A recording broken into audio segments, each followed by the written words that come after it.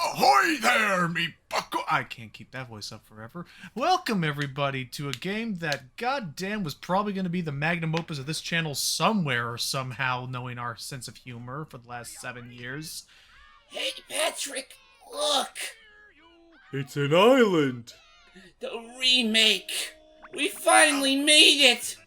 I guess they were pretty okay for a couple of goofballs after all. I have to keep talking because this is straight up audio lifted from the show. I'm a goofy goofer, yeah! And Paramount's gonna get on my ass about it if I'm not careful.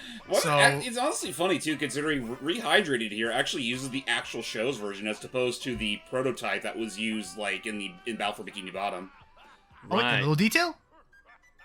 Aww, he still plays that flute well. That's why I kept that on. So, welcome everybody to Battle for Bikini Bottom Rehydrated. This is a remake that completely astonished all of us when it was first announced. There were rumors, but it was like, considering like this was like a rare gem in the grand cavalcade of licensed video games. That didn't suck. I didn't know we were. That's what I meant by gem. I just was genuinely surprised that they were actually going to, bring this back up from the depths. For those who are wondering, Battle for Bikini Bottom was originally a collectathon platformer on, I believe, Xbox, GameCube, and PlayStation 2. Mm-hmm. And there was a GBA version, but we don't talk about that version. No, nor the PC version that James already showed us.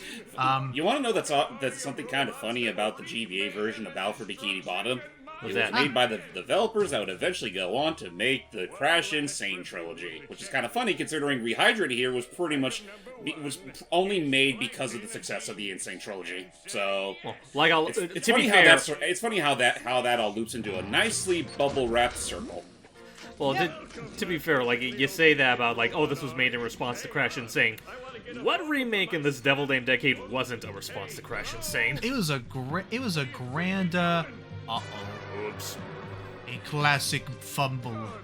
This is what happens when you don't read the instructions before you activate the machine. I made you! No! I couldn't sign up! Wow. And as always, what I will say about this video game is one of my favorite bits is that they got most of the original cast of the show to show up. An interesting thing in regards to Rehydrated, it kind of is a similar thing to the Medieval remake, where every bit of audio in this game is completely recycled from the original game. Yes. And again, there's a few instances which we'll talk about, but beyond that, visually, as you can already see, incredibly, incredibly more expressive and vibrant than its predecessor. Although dimples on Patrick is always going to look a little weird to me. Yeah, it looks so natural. I prefer just being a smooth, like, no cheek bone or... Anywho. So the grand story goes like this. That these two goofballs are just messing around having their old childish, splendid of the day, while Plankton is clearly causing some huge ruckus and chaos that will not fully be realized until the next day.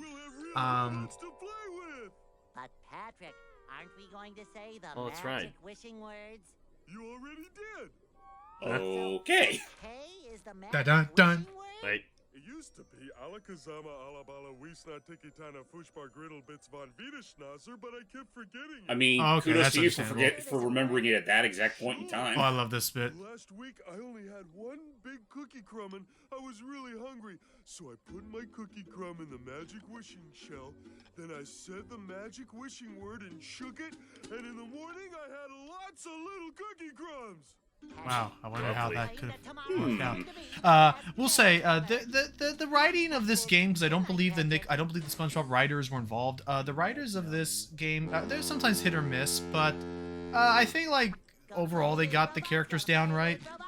Right, like, I feel like for the most part everyone was characterized right, it's just that the jokes are a little bit more hit or miss, like this. You stinks. No! And at least one other one, but that's not until Robo Patrick, so, Sure looks like we're in a doozy of a pickle. Yep. I think I'm gonna have to learn a lot in order to fix this mess. I have to press the A button. Oh, there it goes.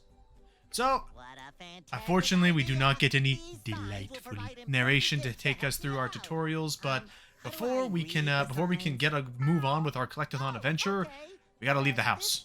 Unfortunately, for some reason, the door out of the house is just locked. So beforehand, we're gonna have to just, find the key somewhere around this dang rotten pineapple. I knew I shouldn't have agreed to Mr. Krabs' proposal for subscribing to that paid subscription service. Like, I thought I'd get unlimited access to the Mermaid Man and Barnacle Boy television catalog. Speaking of which, what is on TV? Bikini Bottom residents have been attacked by a raging torrent Oh of no. So much for fixing this quietly.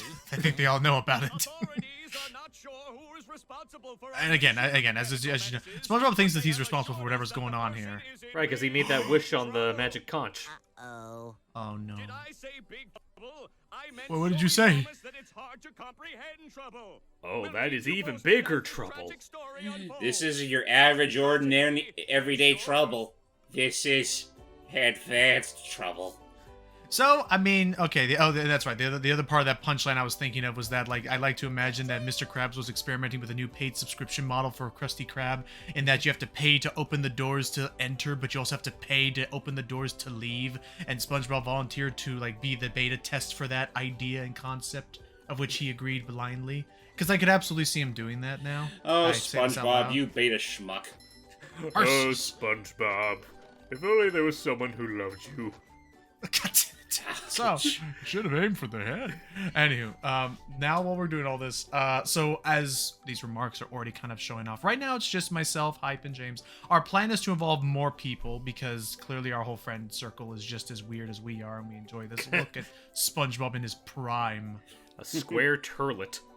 I remember those days when I grew those luscious locks. Never really figured, still don't know how I grew them, but that's a thought for another day. The Also, I noticed was you spared deadly. us from the agony that was the voice behind the typewriter. I'm sure I'll get Yeah, to it I eventually. No, I got past that. I didn't enjoy that part off. Oh, well, I guess we won't be told that we're getting a promotion. Yeah, I guess we could talk about that. Which That'll come later. All right, fine. Double damn. No, I'm not trying to.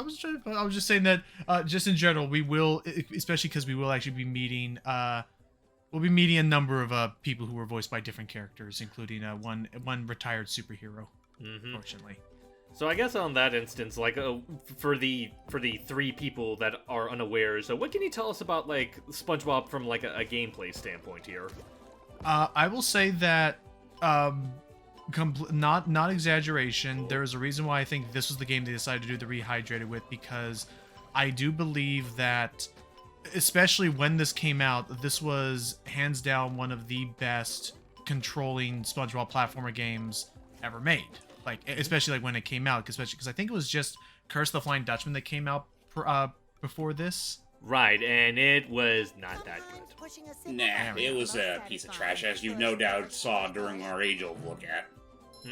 Yeah. Okay. Now that One that I got a pretty big attachment for in terms of nostalgia, but that's about all the credit I can give it. is aged like fine milk. Yes. But It's aged like any of the food we serve here at the Chum Bucket. every day you eat our anything.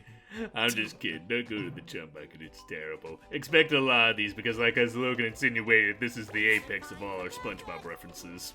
Okay, so ultimately what's happening here is that like we grew up with the show, and I'm getting that because I am actually going to try to get every gold spatula in the game. Every Well, single just, gold that's spatula. That's Wow. fair. It's Yep. just that it never occurred to me that like I didn't think that they were just like precariously floating there. I thought they just kind of like into existence in the original. Oh. No, it's tricky. So get that. There we go. These are shiny things. They are our main collectible. But yeah, platforming wise, it actually it controls pretty well. You have a decent like sort of a spin move, a la Jack and Daxter, to aid you in giving a little bit of more airtime. You get a cavalcade of little moves throughout the adventure, and there are multiple characters. Like this. Yes. Ow! I'll admit that was a little funnier. That was a little funnier in the original. Right, which actually apparently even that was actually an update. In the original, you just flashed and took some damage out of nowhere. So that's also the important thing. Originally, this would not have been a 100% completion playthrough if not for the fact that also these are our big MacGuffins, power stars, everybody. Golden If not for the fact that this game was updated. So the whole story was, many people believe that the main reason why this game had such a big resurgence was the fact that the speedrunning community for the original Battle for Bikini Bottom is actually pretty like active and very much like they keep that game like it's a big thing on Twitch and stuff. So they actually consulted some of those speedrunners to make sure that this game performed and moved and felt about on par. Sure, they changed the collision and they had to update the fidelity of these cutscenes, which I do like because you get to see different expressions, like pissed off SpongeBob. Oh yeah, that's something I will absolutely give to Rehydrated for trying to update. Yeah, honestly, that's... Actually, I did have something that might have taken a bit, but I want to be considerate. Was there anything else you wanted to bring up, Logan? Other than that, when we get to it, because I will be showing off a little bit of it later, but just saying that if it wasn't for a few updates, I would not have done. I love those spoons like they were my The children. spoons. That's terrible. They grew up so fast. Before they bend all my forks. Not the forks. Yeah, anyway, these two are always great. I love to imagine them actually doing all these lines in the same room as each other, just bouncing off each other, because they're great. Remember once upon a time when there was actually a movie where the first half of it had these two as the main protagonists? Right, SpongeBob Water. I need to And then watch it turned that into a still. completely different movie halfway in. Yeah. And that's all that you saw in the trailers. But yeah, so again, like, if it wasn't for an update, I would have...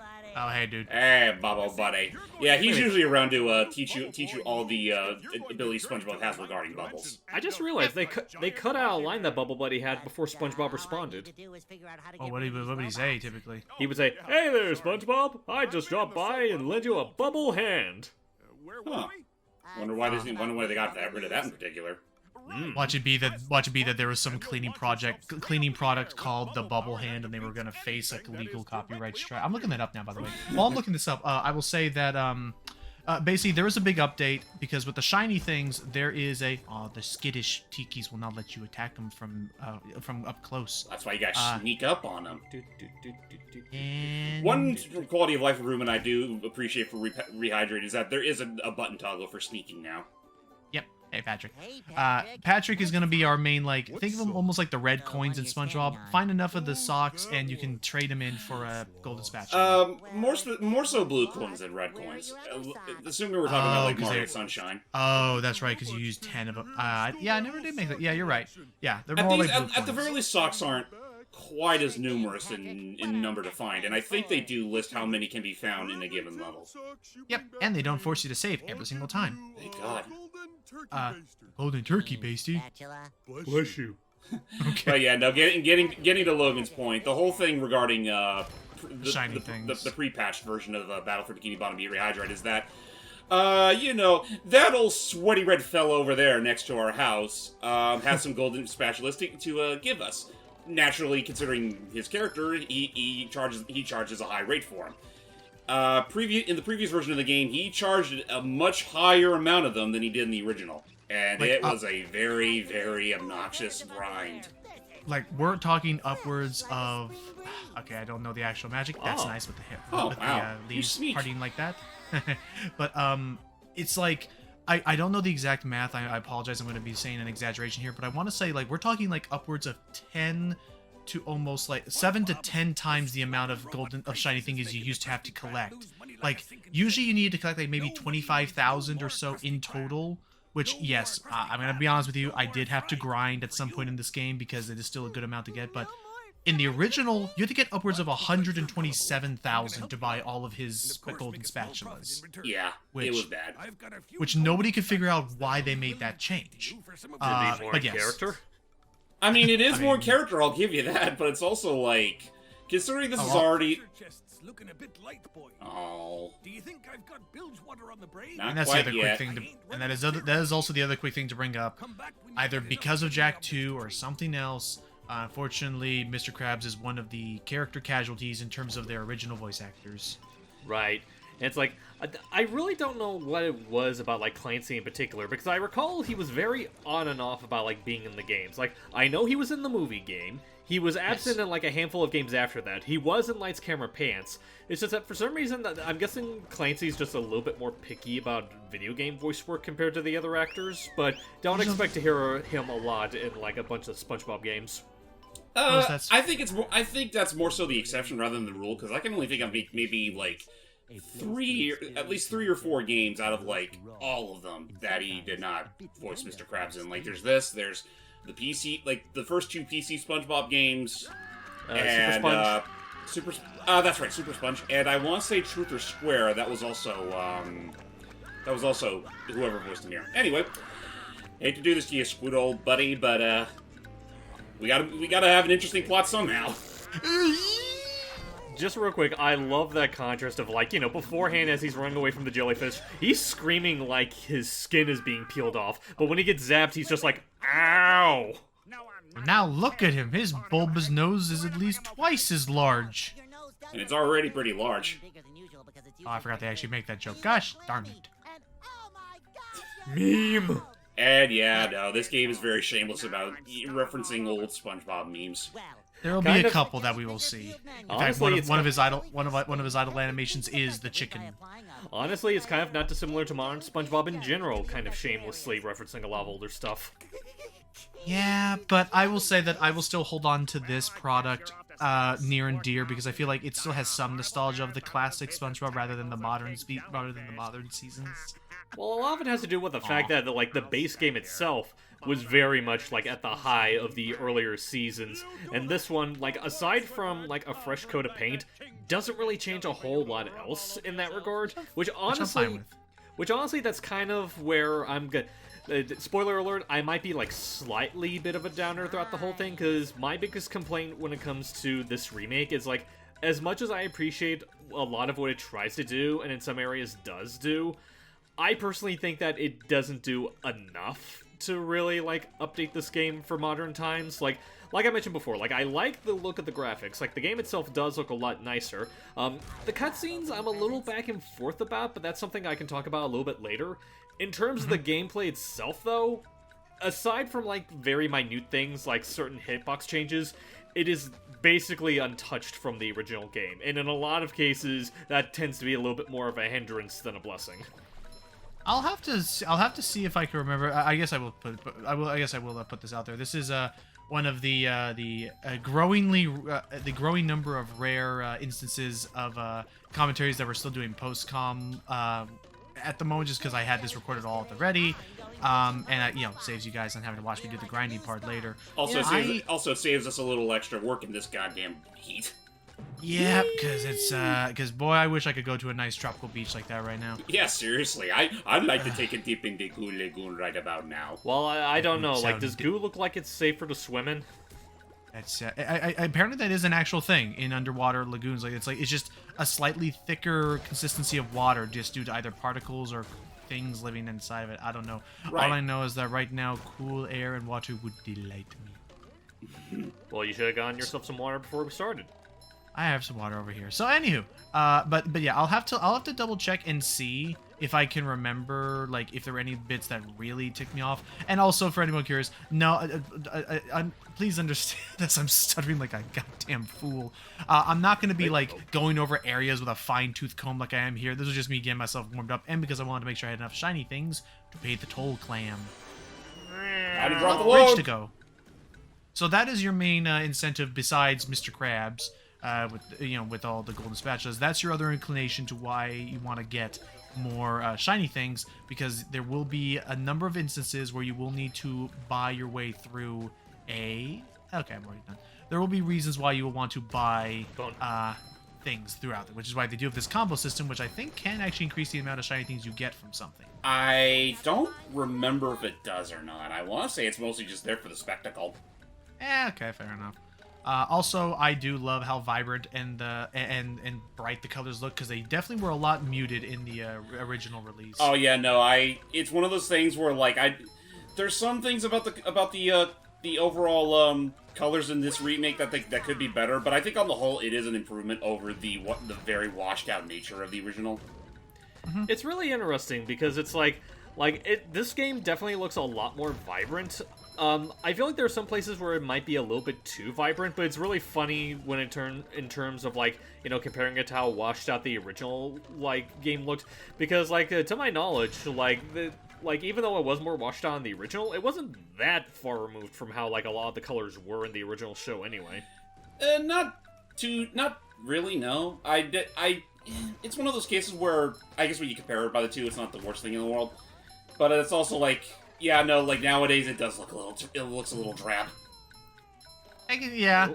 No, I mean, just, nostalgia, rose tinted glasses, that kind of stuff. Oop. How did I do that? That That was the one combination I didn't expect to happen when hitting these T keys. That does make me think all of a sudden. What was that whole magician persona Plankton was going through during that talent show episode? Oh, I think it was just the Amazing Plankton.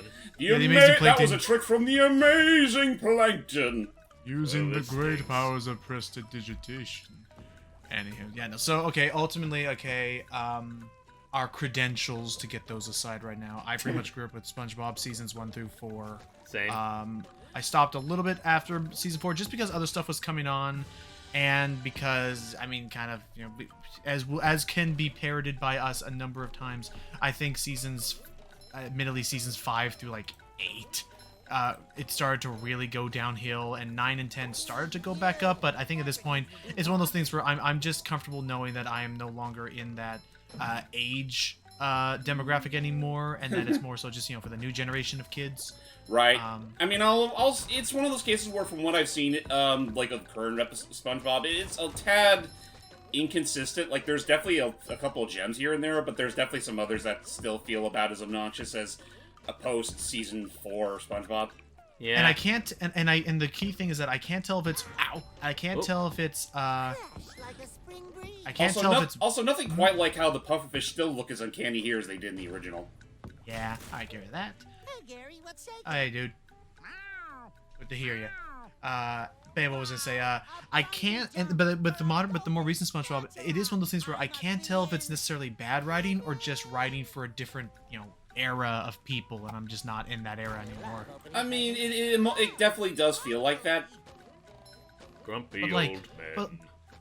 But then here I am looking back on SpongeBob, like seasons 1 through 3, and like I feel like there are still bits that were for kids and adults just fine. Oh yeah, no, like it was very much, you know, going off of that whole energy of like early to mid 90s cartoons where like they obviously but they tried to gear it towards kids, but they definitely left in a couple of subtext for the adults to enjoy. Mm-hmm. Right. And and beyond that, I would say, yeah, there's a reason why SpongeBob outright became like the Mickey Mouse of Nickelodeon. Yeah, to an extent, he still is. Whoop. I can see. Yeah, I can see that. I can't think of anyone else who's like. I can't think of another character that would be considered to be the face of Nickelodeon like that. Not really, no. Like the closest you have at the moment is maybe Lincoln Loud, but then again, I'm not particularly enamored with that show, so I can't say whether or not it deserves that title or not. Funny coincidence, considering we just... I was about to... you say it. Funny coincidence, considering, as Logan shared with us earlier, apparently that's getting its own live-action spin-off. Oh, that's right. Yeah. And it's even louder! Well, you know what? SpongeBob's getting 2 movies, so it's still in first place. We will, we'll talk about that later. So, yeah, this is still something we're going to be doing. It's going to be, again, casual. We're just be having a good time, so stay tuned. We're going to continue going through Jellyfish Fields now, y'all. Thanks, everybody. Touch.